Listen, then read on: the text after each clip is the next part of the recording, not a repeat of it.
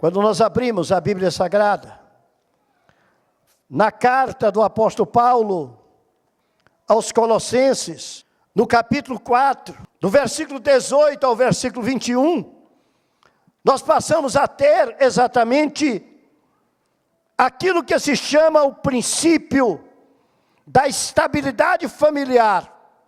Ele repousa em primeiro lugar naquilo que se chama o princípio da autoridade. Em qualquer instituição, seja ela humana, seja ela divina, há um princípio de autoridade. Quando nós contemplamos a grandiosidade da Trindade, nós vamos ver o seguinte, que existe um princípio hierárquico de autoridade até mesmo na divindade. E esse princípio de autoridade, quando é quebrado no meio do ser humano, as coisas começam a acontecer de uma forma deplorável. O que é que nós estamos vendo no Brasil atualmente? Não há respeito à autoridade.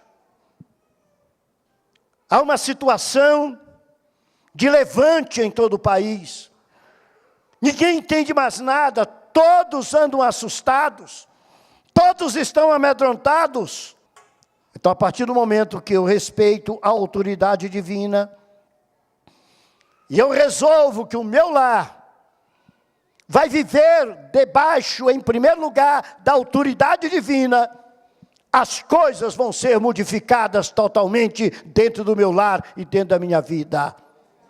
Porque a primeira coisa que vai acontecer dentro do nosso lar é a bênção de Deus que vai estar reinando.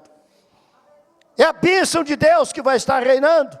Aquilo que foi lido aqui no Salmo 127, aquilo que foi lido no Salmo 128, acerca de como o homem olha para a sua esposa, de como a esposa olha para o seu marido, de como o pai e a mãe olham para os seus filhos, a forma de ver, a forma de contemplar, é a forma divina como Deus quer que exista, é o padrão dos céus para o nosso lar. Mas tem que haver em primeiro lugar a autoridade divina. Eu tenho que submeter o meu lar, submeter e colocá-lo exatamente nas mãos de Deus. Não adianta se eu sou o pastor, não adianta se eu sou o apóstolo, como muitos são aí, não adianta se eu sou o bispo, não adianta se eu sou o sumo sacerdote. Se não estiver de acordo com a vontade de Deus, o próprio Deus vai agir de forma diferente para que a destruição do meu lar seja uma realidade. Pastor, o que é isto? Você sabe? Você sabe que muitos lares estão sendo destruídos porque não há respeito às coisas de Deus. Muitos lares estão sendo destruídos porque os pais não trazem os filhos para ter a reverência diante de Deus como deve ser tida, para observar a lei do Senhor, a palavra do Senhor, como Deus quer que seja observado. O que é isso, pastor? Eu posso te contar algumas histórias. Você se lembra de um homem chamado Eli, sumo sacerdote de Israel, o cargo mais alto na religiosidade daquela época? A Bíblia diz que aquele homem criou os seus filhos dentro do templo. Ele era o sumo sacerdote. E ele criou seus filhos ensinando as coisas sagradas. Mas os seus filhos não queriam fazer o que era sagrado, e ele simplesmente fazia vista grossa. Não é isto que acontece com muitos pais e mães hoje em dia? Ah, não.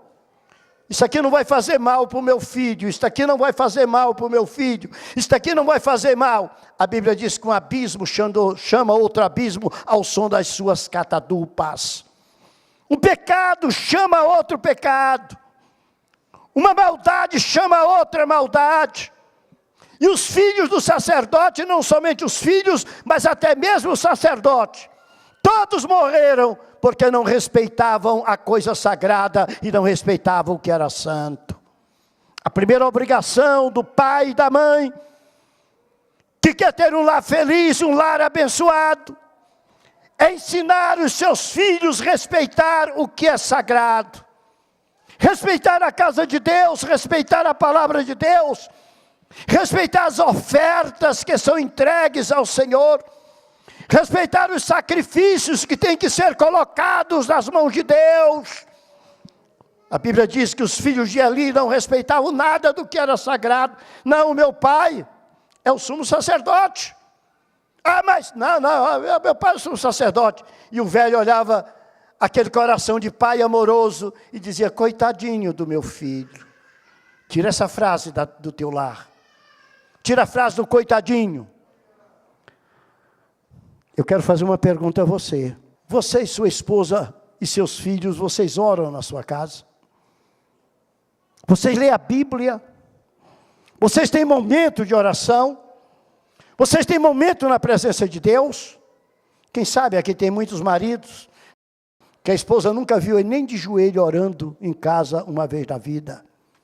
Aqui tem mulheres também que os afazeres da vida, como diz ela, não dá tempo para orar, dá tempo para ir na vizinha fofocar, mas não dá tempo para orar nem buscar Deus. Aqui tem homens, quem sabe, que também não tem tempo para orar, os afazeres da vida, mas tem tempo para ir lá para o boteco, conversar com seu amigo, visitar seu amigo, ir para outros locais, para um bate-papo, mas não tem momento. Nós estamos num momento em que os filhos também são estranhos dentro de casa. Os filhos têm amigos que ninguém conhece. Outro dia, eu estava lá em casa, eu estava no local aí, e um pastor de uma igreja muito grande aqui no Gama, começou a conversar comigo naquela festa. Era uma festa dessa de criança em escola, recebendo diploma, e eu estava lá na festa do neto. E aquele pastor estava na festa do filho. E ele sentou perto de mim e começou a conversar. E disse assim: você se lembra de mim quando eu era pequeno? Eu falei: não, eu lembro de você cantando. Disse assim: pois quando eu era pequeno, você não deixava teus filhos ir brincar na rua? E a gente vinha para a garagem da tua casa, e ali a gente quebrava os vidros brincando, jogando bola. Eu olhei para a cara dele e comecei a rir. É melhor os filhos da gente na casa da gente, quebrando os vidros da casa com a bola, do que na rua, para depois estar apanhando com a polícia, sendo levado para lugares terríveis, por companhias terríveis e tudo. Os filhos se criam como estranhos dentro de casa. O filho não reconhece o pai não reconhece o filho. O encontro do filho com o pai é um encontro estúpido. Não é aquele encontro de amor, aquele encontro de obediência, aquele encontro de respeito. Que a Bíblia, nesse texto que eu falei para vocês hoje, que eu quero que vocês leiam bastante, Colossenses 4, 18 a 21, a palavra é exatamente esta. O pai não deve procurar irritar o filho deve ser obediente. Os filhos hoje são esquisitos, são diferentes, mas são diferentes porque os pais são banana também. Muito pai, muita mãe banana, que não sabe tomar determinação, e a qualquer hora. Esses dias eu vi um casal que se separou, e esse casal separou-se. E o marido me disse o seguinte: olha, essa separação foi exatamente quando as minhas filhas começaram a crescer um pouquinho, elas não tinham mais hora para sair de casa nem para chegar. E qualquer coisa a mãe dizia: está tudo certo, você aqui é um quadrado. Gente, filho ficou para estar à noite e à madrugada, foi dentro de casa. As portas dos quartos dos meus filhos, as chaves eu guardava todas, eram todas destrancadas. E quantas vezes eles se acordaram e eu estava perto, pegando o lençol, cobrindo. O que você está fazendo, papai? Eu estou cobrindo você. Não, eu estava passando o visto na casa. E às vezes eu passava, não era uma vez só não. Tantas vezes eu me acordasse de noite, eu ia passar o visto na casa, e olhar onde é que estava, e como é que estava tudo, o que é que estava se passando. E Deus abençoou que eu não perdi nenhum filho. Todos estão na casa de Deus, estão na presença do Senhor. Quantas vezes eu disse não para os meus filhos? Quantas vezes eu disse não para as minhas filhas? A autoridade, meus irmãos, não é grito e não é arrebentar. É aquele poder que Deus coloca na tua vida de controlar dentro da tua família de uma forma abençoada, levando a presença de Deus. O outro defeito da família é a integração da família na igreja, que não é feita como deva ser feito. Você quer ver uma coisa? Seu adolescente vem à igreja, fez uma barbaridadezinha qualquer, porque fazem mesmo, né? Um diácono, um oficial da igreja, chega e diz: meu filho não faz isto, isso não está certo. Ele vai lá onde está o pai e diz: papai, fulano me tratou mal, você não vai mais para o culto, você não vai mais para a oração, você não vai mais para o jejum, você não vai mais para o coral, você não vai mais para a banda. As pessoas têm que te respeitar. Não ensina o princípio da autoridade e pensa que a autoridade é se afastar da casa de Deus. Quando nós integramos os nossos filhos na casa de Deus, quando nós fazemos como Ana fez e colocou o seu filho dentro da casa de Deus, o que aconteceu com o filho de Ana? Desde criança ele começou a ouvir a voz do Senhor. A única vez na Bíblia que a Bíblia me diz que uma pessoa aos 12 anos já estava no sacerdócio, é no caso de Samuel. 12 anos de idade ele já começou a trabalhar com o sacerdote dentro da casa de Deus. E quem foi Samuel? Foi aquele homem que Deus usava de uma forma gloriosa. Foi aquele homem que ouvia a voz do Senhor. Foi aquele homem que serviu a Deus todos os dias da sua vida, com muita felicidade, com muita alegria. Mas nem tudo são flores. Se você for ler acerca dos filhos de Samuel, você não vai encontrar os filhos de Samuel dentro da casa de Deus.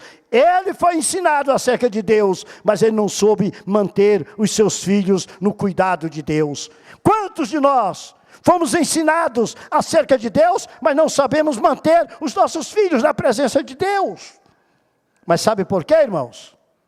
Onde é que você fica na quarta-feira, no dia de estudo bíblico? Quando a palavra é aberta e há orientação espiritual e material para toda a igreja e para a família, onde é que você está? Às vezes está em casa esperando começar o Big Brother Brasil, né?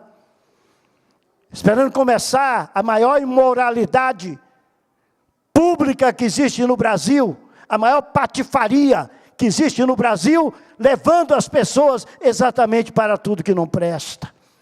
Está levando seu filho para outros locais, ao invés de trazer para a casa de Deus, para ser ensinado conforme a vontade do Senhor. E ai de quem disser alguma coisa acerca do filhinho do papai.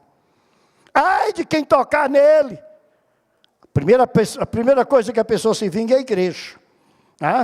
Você vê, seu filho teve um mau comportamento na escola, o diretor da escola chamou teu filho, chamou você e disse: olha, teu filho está se comportando mal na escola. A primeira coisa que você diz: esta semana você está de castigo, você não vai para a igreja. É verdade ou não é?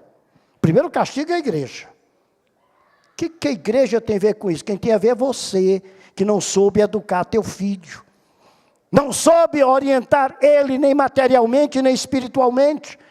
Então muitos pais, ao invés de estarem trazendo a sua família para ser orientada na presença de Deus, estão afastando os familiares da presença de Deus.